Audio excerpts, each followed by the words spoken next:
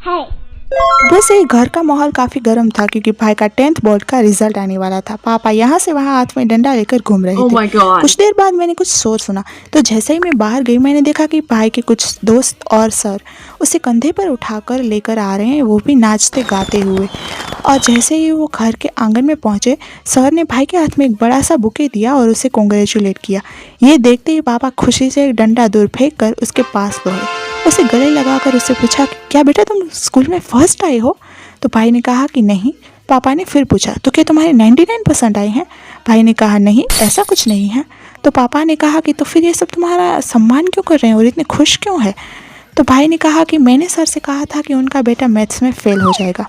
तो सर ने कहा कि वो तुम सिर्फ मैथ्स में फ़ेल होगा, तुम सारे सब्जेक्ट्स में फ़ेल हो जाओगे, तो अपनी पढ़ाई पर ध्यान दो। तो मैंने भी उनसे कह दिया कि मैं आपके बेटे से तो ज़्यादा ही परसेंटेज लेकर आऊँगा। तो सर ने कहा कि ठीक है, अगर ज़्यादा परसेंटेज लेकर आए तो मैं तुम्हारा सम्मान करूँगा तुम्हारे घर आकर। तो इसीलिए उनका बेटा 3 सब्जेक्ट्स में फ़ेल हो गया है और आपका बेटा 2 सब्जेक्ट में। ये सुनते ही पापा ने कहा कि वाह बेटा, तब तो तुम्हें शाबाशी देना बनता है। पापा ने कहा यहाँ आओ।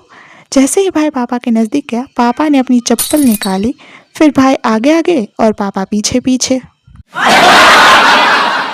इन सब भाग दौड़ के बीच मुझे याद आया कि इडली के वघार वाली क्लिप लेना तो मैं भूल ही गई थी। फिर जब मैंने जाकर किचन में देखा तो सिर्फ यही इडली बची थी।